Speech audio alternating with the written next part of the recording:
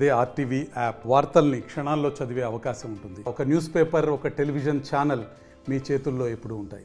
ప్రస్తుతం మనం కరీంనగర్ జిల్లా గంగాధర మండలం ఘర్షకుర్తి గ్రామంలో ఉన్నాము. ఇక్కడ నుంచి అయితే కొంతమంది చేద్దామంటే పని లేక, తిందామంటే తిండి లేక ఇతర ప్రాంతాలకు, ఇతర దేశాలకైతే వలస వెళ్తున్నారు. అక్కడికి వెళ్ళిన తర్వాత సైతం కొంతమంది ఏజెంట్ల చేతిలో మోసపోతే మరి కొంతమంది అయితే అక్కడ పని లేక అయితే మరణాలకైతే పాల్పడుతున్నారు. ఇప్పుడు ఇదే ఘటనకు సంబంధించి ఘర్షకుర్తి గ్రామంలో ఒక విషాద ఘటన అయితే చోటు చేసుకుంది. ప్రస్తుతం దూసా వెంకటేశం అయితే దుబాయ్ అయితే వెళ్ళడం జరిగింది. అక్కడికి వెళ్ళిన తర్వాత పని లేకపోవడంతో అయితే అక్కడ ఉరివేసుకొని చనిపోవడం జరిగింది. ప్రస్తుతం అయితే మనమైతే వారి బాధిత కుటుంబంతో ఉన్నారు. వారైతే కన్నీరు మున్నీరుగా విలపిస్తున్నారు. వారికైతే ఇద్దరు చిన్న చిన్న పిల్లలు ఉన్నారు. ప్రభుత్వాలు అయితే వీరిని అయితే ఆదుకోవాలైతే ఇక్కడ గ్రామస్తులు కావచ్చు ప్రతి ఒక్కరైతే వేడుకుంటున్న పరిస్థితి అయితే మనమైతే చూడడం జరుగుతుంది. మనతో పడితే మృతుని భార్య ఉన్నారు. ఒకసారి వారితో మాట్లాడదాం. అమ్మ, ఎన్ని సంవత్సరాల నుంచి అయితే వెంకటేశం దుబాయ్ వెళ్తున్నాడు అమ్మా? ఇప్పుడు 6 నెలలు వెళ్ళి అప్పులో చేయబట్టి ఇదంతా జరిగింది. బాబుకి ఆపరేషన్ అయింది, 10 లక్షలు అప్పు ఉంది. అది తీర్చడానికి వెళ్ళిండు, అక్కడ పని లేక చనిపోయిండు. ఉరి పెట్టుకొని చనిపోయిండు అక్కడ. ఓకే, అంటే ఎన్ని సంవత్సరాల నుంచి వెళ్తున్నాడమ్మా? అంతకుముందు 4 ఇయర్స్ వెళ్ళిండు. అవి అప్పులు లేక రిటర్న్ వచ్చిండు. బాబు హెల్త్ బాగాలేదని మళ్ళీ ఇప్పుడు 6 నెలలు అవుతుంది ఇప్పుడు వెళ్ళి అప్పు చేసి.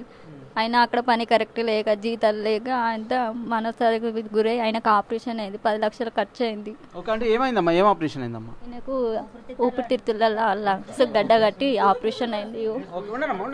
ఆయనకు ఆపరేషన్ అయింది. ఈ పక్కల 10 లక్షలకు ఎక్కువనే ఖర్చు వచ్చింది. ఆ అప్పు తీర్చలేకనే మళ్ళీ అప్పు చేసి వెళ్ళిండు. ఇక్కడ పోవడానికి ఎంత అప్పైందమ్మా? మళ్ళీ పోవడానికి 3 లక్షలు ఖర్చు చేసిండు. అకౌంట్లో మహిళా సంఘాలలో 2 లక్షలు తీసుకున్నాడు, బయట 1 లక్ష తీసుకొని వెళ్ళిండు. ఇవన్నీ అప్పులలో మొత్తం ఫోర్స్ చేసారు. నాకు ఫోన్ చేసుడు, ఆయనకు ఫోన్ చేసుడు, మాకు మొత్తం మనశ్శాంతి లేకుండా టార్చర్ చేసిరు బాగా. అందుకే ఆయన ఇలా చేసుకున్నాడు. అంటే ఎన్ని రోజుల నుంచి ఖాళీ ఉన్నాడమ్మా? అంటే చివరిగా ఎప్పుడు మాట్లాడండి? ఏమన్నా మాట్లాడండి మీతో? మాతో ఏం మాట్లాడలేడు. చివరిగా మాట్లాడింది 3 తారీఖు నాడు మాట్లాడిండు అంతే. ఇక అంతకు మించి మళ్ళీ నాతో ఫోన్ కాంటాక్ట్ లేదు. అంటే ఎవరైనా అధికారులు కావచ్చు, ఎవరైనా వచ్చారా అమ్మా? ఎవ్వరు రాలేరు, ఎవ్వరు పట్టించుకుంటలేరు మా గురించి. ఎవ్వరు వచ్చి ఇంటి మోకాన్ని వచ్చి మందరిచ్చిన వాళ్ళు అనేటోళ్ళే లేరు. మేము ఎంత కుమిలిపోయినా ఏ రాజకీయ నాయకులు మా కోసం అత్తలేరు, ఎవరు పట్టించుకుంటలేరు. నా పిల్లల భవిష్యత్తు నాకు అర్థమైతలేదు. మేముండన్నా పోవన్నా అర్థమైతలేదు. నా బిడ్డ, చిన్న బిడ్డ, నా కొడుకు పరిస్థితి, నా పరిస్థితి నాకు అర్థమైతలేదు. సార్ మీరన్న దండం పెడతా ఏదన్నా హెల్ప్ అయ్యారు నాకు. ఈయనకు ఆపరేషన్ అయింది. ఈయనకి హెల్త్ సరిగా ఉండదు. మేము ఎప్పుడు హైదరాబాద్ అనే తీసుకెళ్ళాలి ఈయన కోసం. ఈయన ఇంటి పెద్ద బాధ్యత తీసుకున్న ఆయననే మా చేతి దాటిపోయిండు.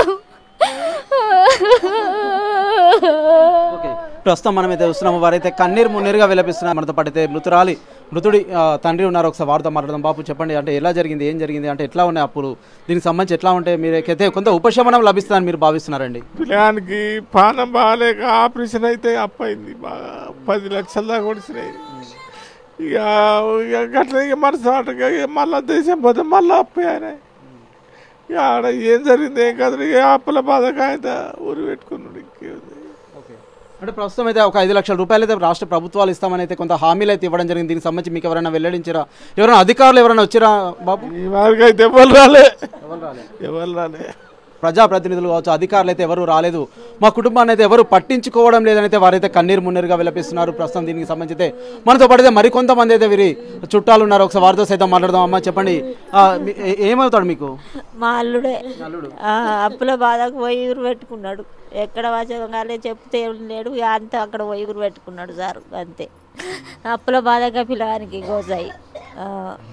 అంటే మీరు ఏం కావాలనుకుంటున్నారు? అంటే ప్రస్తుతం అయితే ప్రభుత్వాల నుంచి కావచ్చు, అంతేకాకుండా మా పిల్లలకి ఇంత ఆధీనం కావాలి. వాళ్ళకి ఏం లేదు, పురాగా గరీబ్ వాళ్ళం పెట్టి ఆ పిల్లగానికి చేసి ఆయన ఊరు వేసుకున్నాడు తండ్రి. అంటే ఇక్కడ పనులు ఎట్లున్నాయమ్మా? ఘర్షకుర్తులు అయితే ప్రస్తుతం అయితే పనులు అయితే లేవని అయితే చెప్తున్నారు. ఎందుకంటే ఈ మధ్యకాలంలో అయితే అసలు చేద్దామంటే పని లేదు, తిందామంటే తిండి లేని పరిస్థితులు అయితే సాంచలు సైతం అమ్ముకుంటున్నారు. ఇనుప సామాన్లకు వేస్తున్న పరిస్థితి అయితే ఉంది. దీనికి సంబంధించి ఎట్లా ఉంది ఇక్కడ పనులు అయితే? ఇక్కడ పనులు చక్కగా లేకనే అక్కడికి పోయి అక్కడ చేద్దామని పోతే అక్కడ కూడా పనులు చక్కగా లేక ఊరు వేసుకున్నాడు ఆయన గడ్డ సార్. ఇక్కడైతే పనులు లేక అయితే ఉపాధి నిమిత్తం అయితే దుబాయ్ అయితే వెళ్ళడం జరిగింది. అక్కడికి వెళ్ళిన తర్వాత అక్కడ సైతం పనులు లేకైతే అక్కడ ఉరి వేసుకొని చనిపోవడం జరిగింది. మా కుటుంబాన్ని అయితే ప్రభుత్వాలు అయితే ఆదుకోవాలని అయితే వీరైతే కన్నీరు మున్నీరుగా విలపిస్తున్నారు. మనతో పడితే మరికొంతమంది అయితే ఉన్నారు. ఒకసారి వారితో మాట్లాడదాం. బాబు చెప్పండి, అసలు ఏం జరిగింది? అంటే మీతో మాట్లాడండి. ఇప్పుడు మీకు ఎలాంటి పరిష్కారం ఉంటే బాగుంటుంది అనుకుంటున్నారు? అంటే మీకు కావచ్చు, మీ పిల్లలు కావచ్చు. ఎందుకంటే కొంత ఆపరేషన్ అయిన నేపథ్యంలో 10 లక్షలు అప్పైంది. అంతేకాకుండా వెళ్ళడానికి సైతం 3 లక్షల రూపాయల అప్పైందని అయితే వారైతే వెల్లడిస్తున్నారు కదా. దీనికి సంబంధించి ఇంకా ఎలా ఉంటే బాగుంటుందని మీరు అనుకుంటున్నారు? ప్రభుత్వం ఆదుకోవాలని మేము కోరుకుంటున్నాం. అయితే ఎన్ఆర్ఐ దాని కింద 5 లక్షల పాలసీ పెట్టిరని తెలిసింది. అధికారులు కూడా ఇప్పటివరకు అయితే స్పందించలేదు.